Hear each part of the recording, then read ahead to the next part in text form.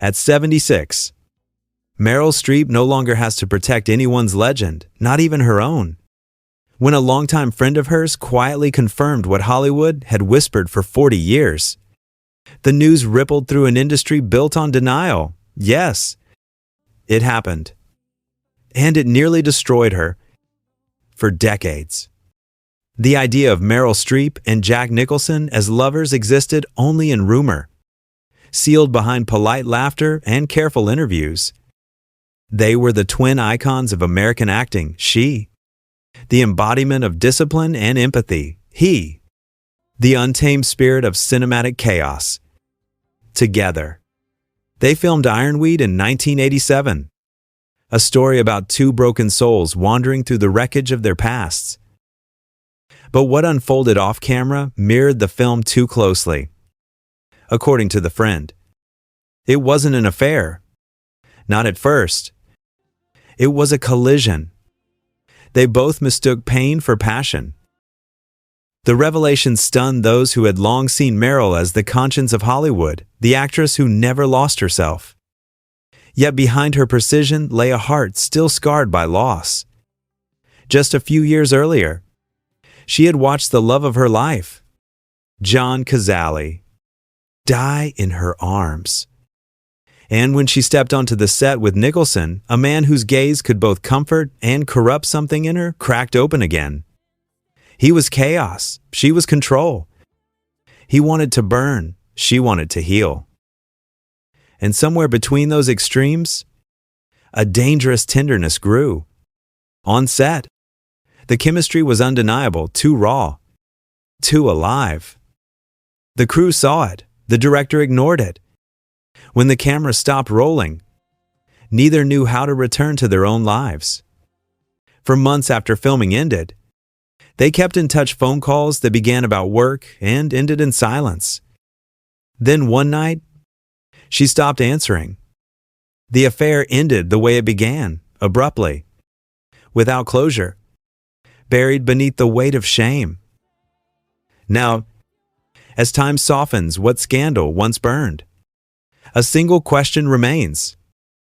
What happens when two of the greatest actors alive mistake performance for love and find that the line between them was never real at all, long before their names were ever whispered in the same breath?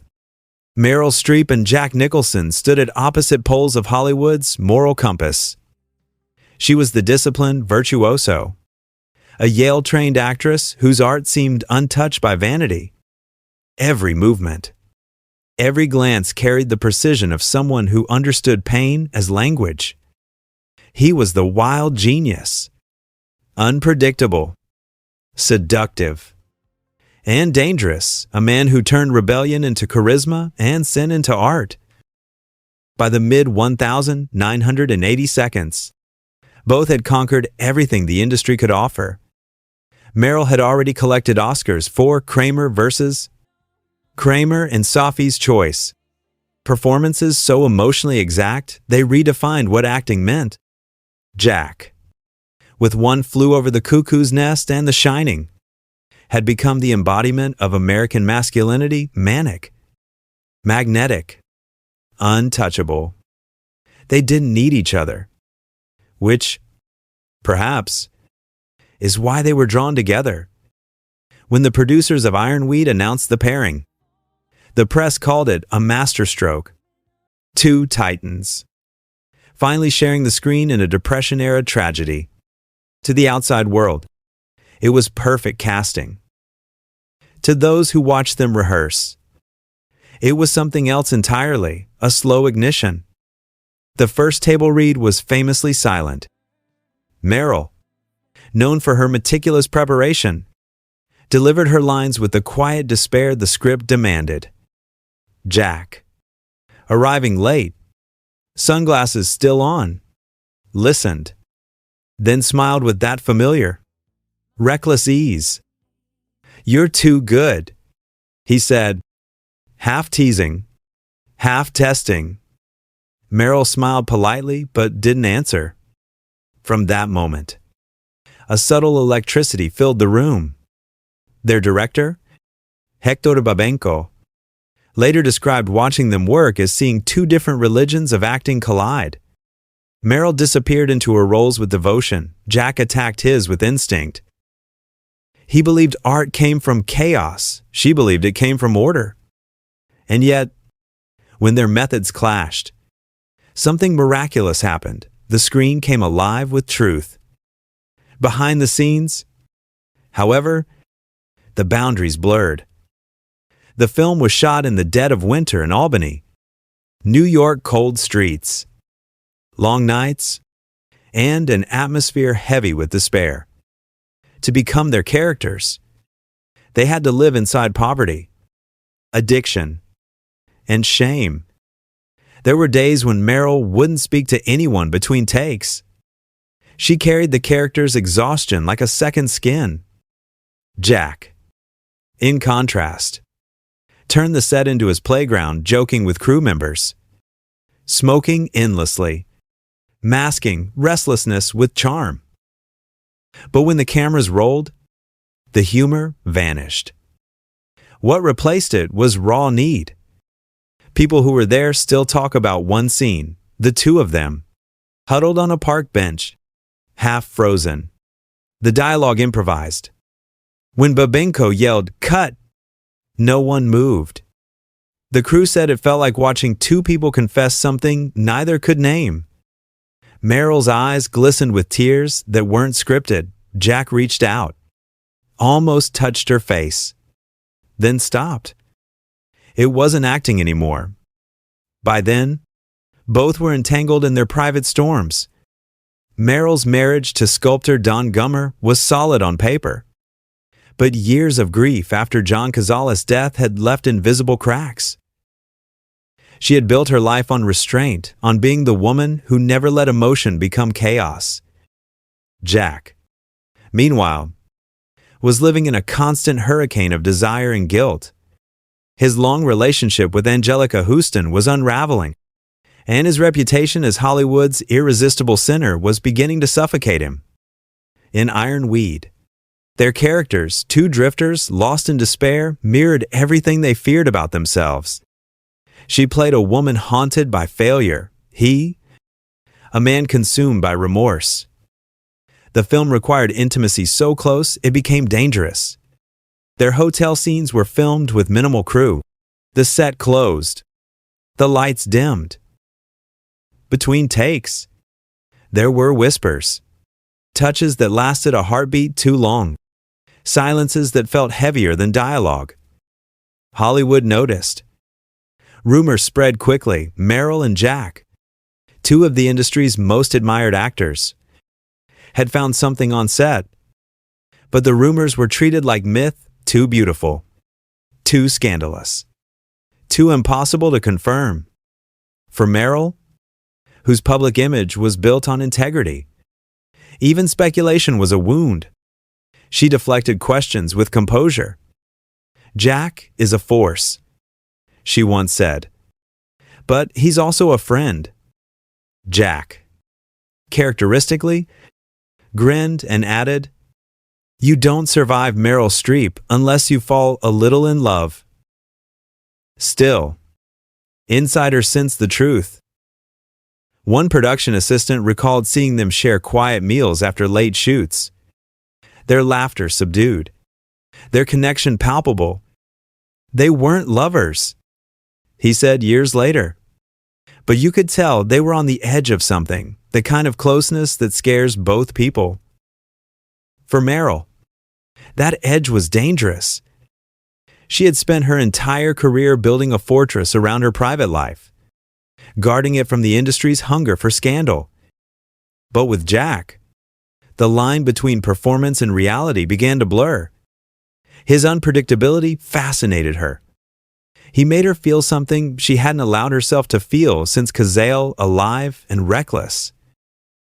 And Jack, beneath the charm, found in Meryl a mirror he hadn't expected. She didn't worship him. She saw through him. For a man used to being adored, that kind of clarity was both terrifying and addictive. By the time filming ended, the rumors had grown louder. Their chemistry on screen was too powerful, too authentic. Even critics noticed, calling Ironweed a love story disguised as despair. Jack and Meryl avoided each other at the premiere, arriving separately, smiling for the cameras as if nothing had ever happened. But those who watched closely could see the tension in the way they avoided eye contact, a silence charged with everything that had been said without words. Years later, when asked about working with Jack, Meryl simply replied, "It was intense." She never elaborated. Jack, when questioned, offered his trademark grin and said, "Let's just say Meryl's a professional.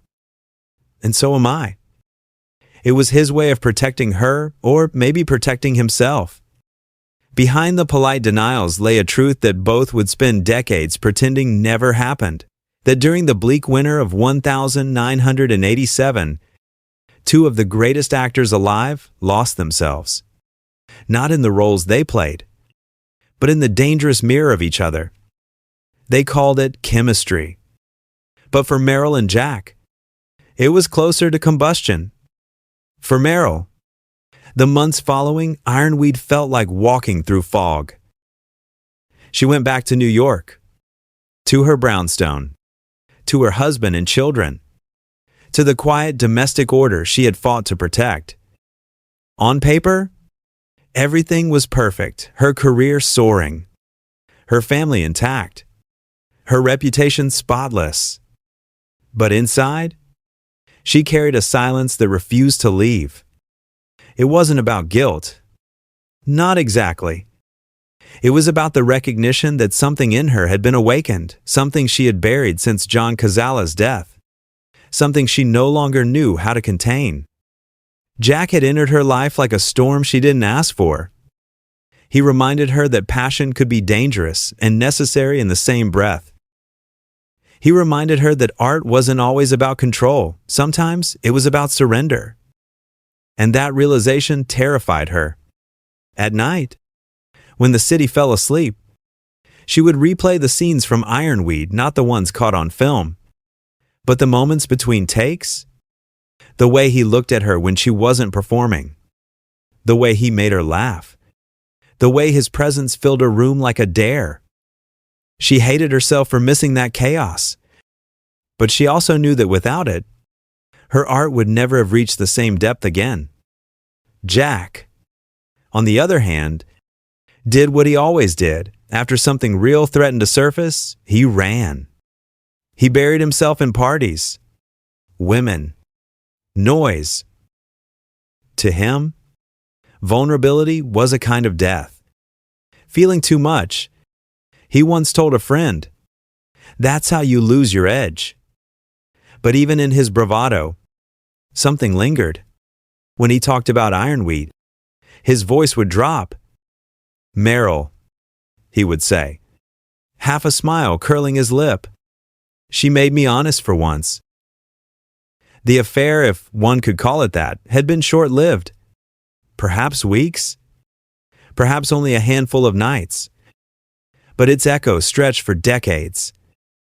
What they shared was not built on longevity or comfort.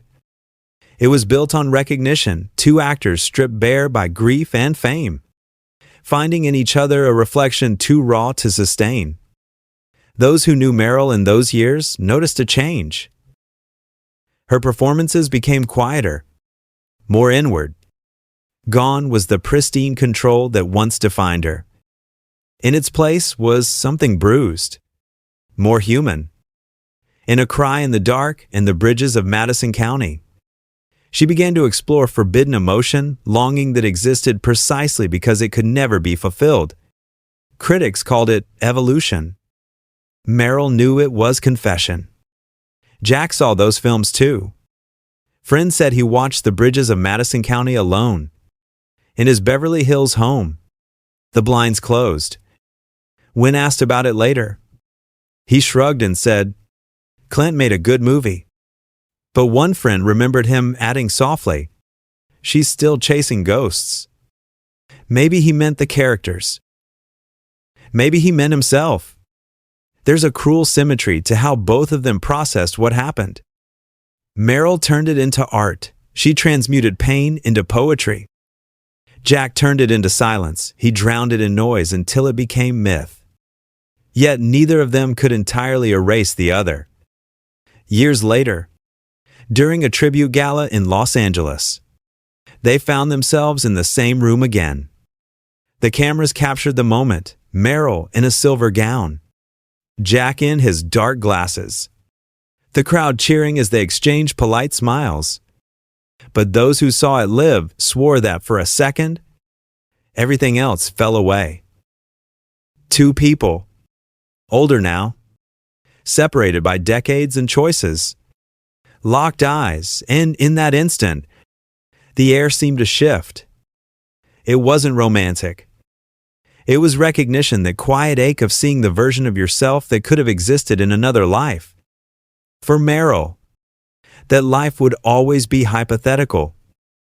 She had chosen love over danger, stability over chaos. But the truth was, Jack had changed the way she understood both. He had shown her that even the most disciplined heart is capable of betrayal. Not out of malice, but out of longing for something that feels alive. And for someone who had lived her entire life inside characters, that realization was almost unbearable.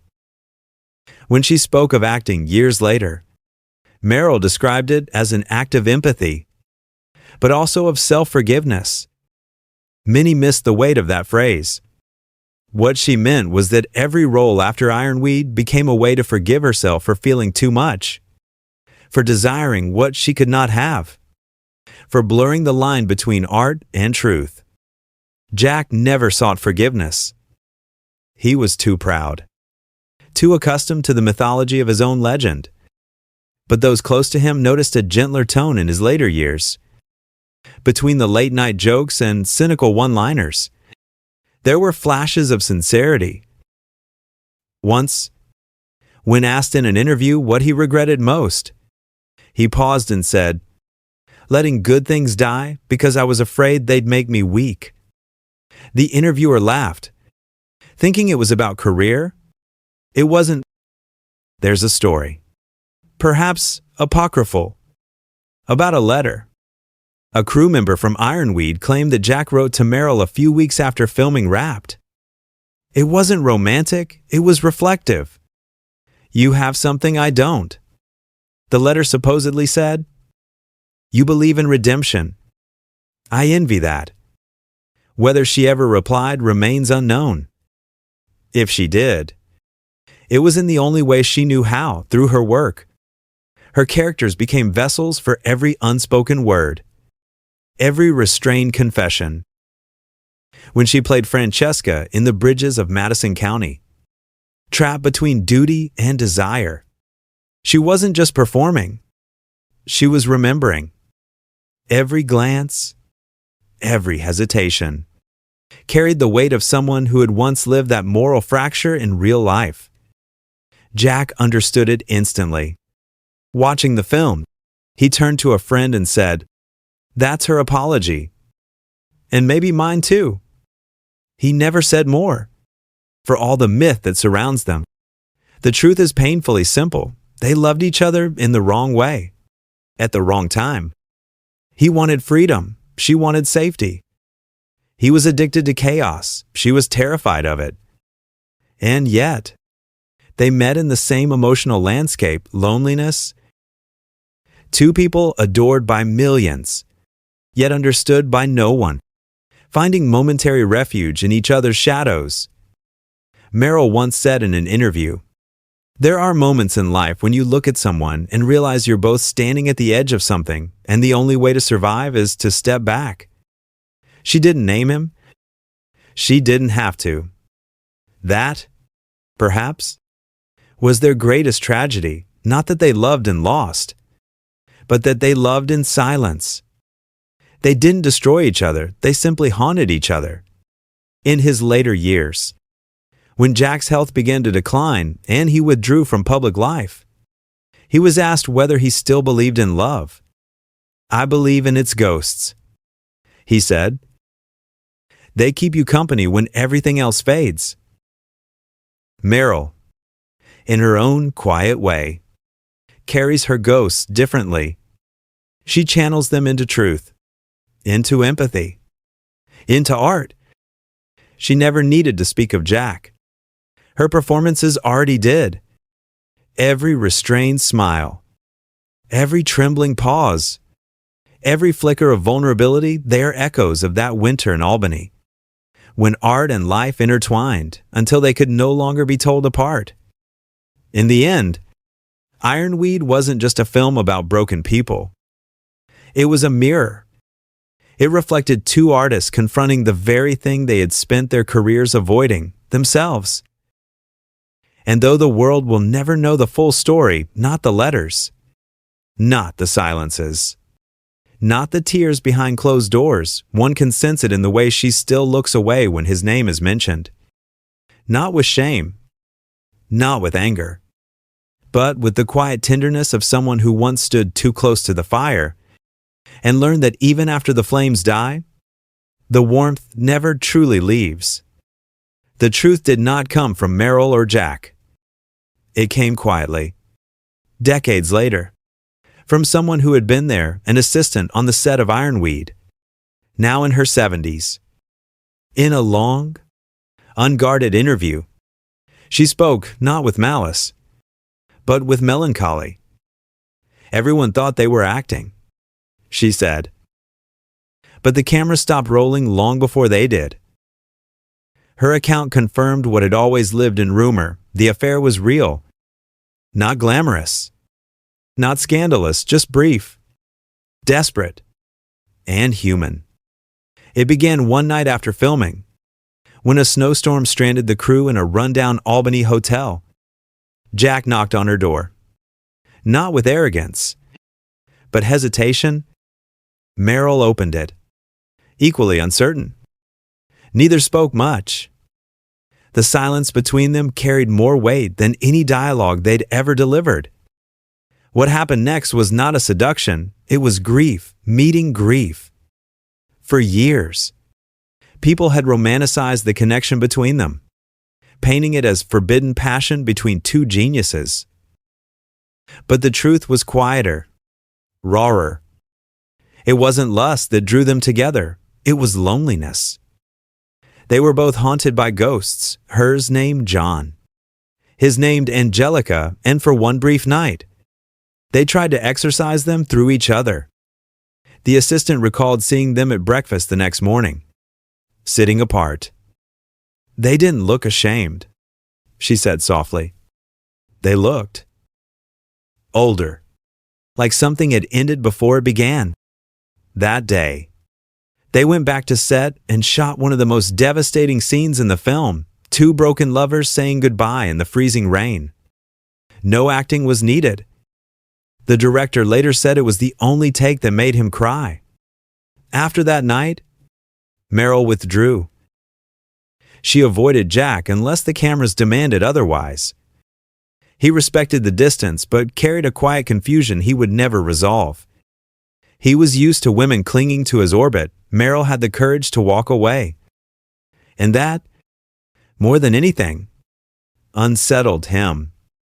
In later interviews, when asked about her process, Meryl often said she needed real emotion to play a scene truthfully. What no one realized was that Ironweed had taken more from her than any role before or since. It forced her to touch a wound she had spent years trying to bury.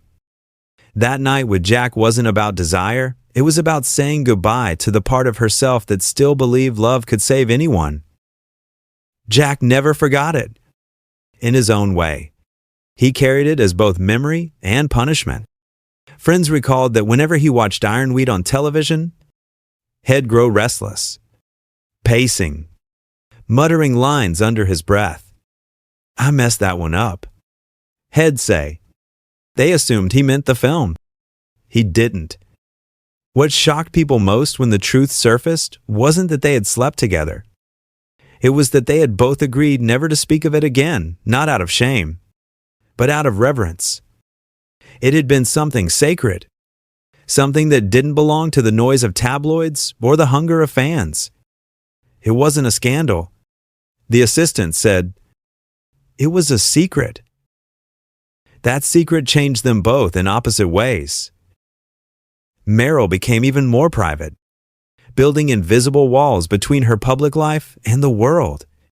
Her performances grew heavier with moral weight, as if she were constantly searching for redemption in the eyes of the audience.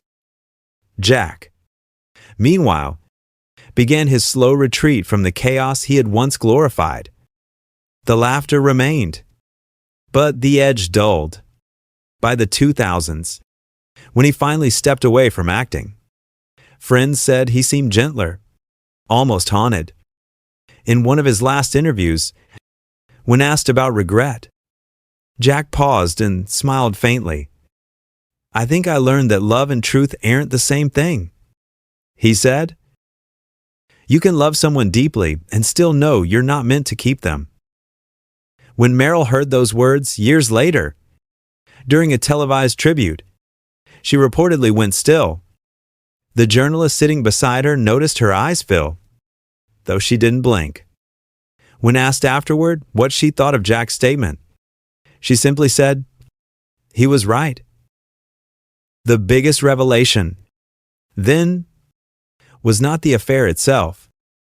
It was the realization that it had never been about betrayal or fame. It had been about two people confronting the emptiness behind their own myths. They had spent their lives pretending to be other people, mastering illusion, commanding emotion. But for a brief, forbidden moment, they stopped performing. And perhaps that was why it could never last. For artists like them, reality was too fragile, too dangerous to hold. They needed fiction to survive.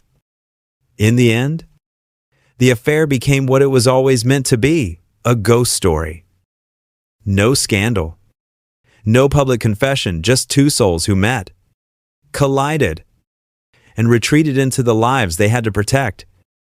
And yet, when Meryl once described acting as the act of standing naked behind a mask, perhaps she was remembering him.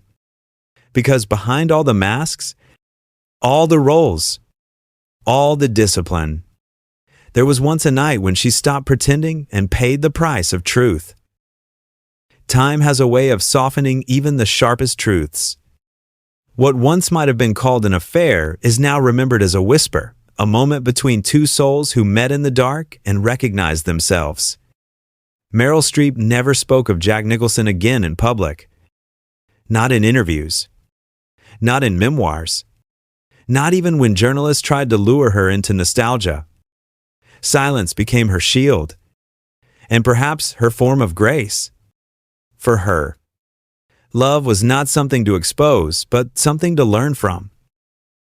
Each role she played afterward, the conflicted wife, the loyal mother, the woman on the edge of moral choice, carried traces of that winter, echoes of a lesson only the heart could teach, that feeling deeply is both a gift and a wound. Jack, too, learned in his own untamed way. The man who had once thrived on chaos spent his later years chasing quiet. He withdrew from parties, from endless applause, from the image he had built. When asked why, he once said, "I've seen what light does to truth, it burns it." Perhaps that was his way of protecting what remained unsaid.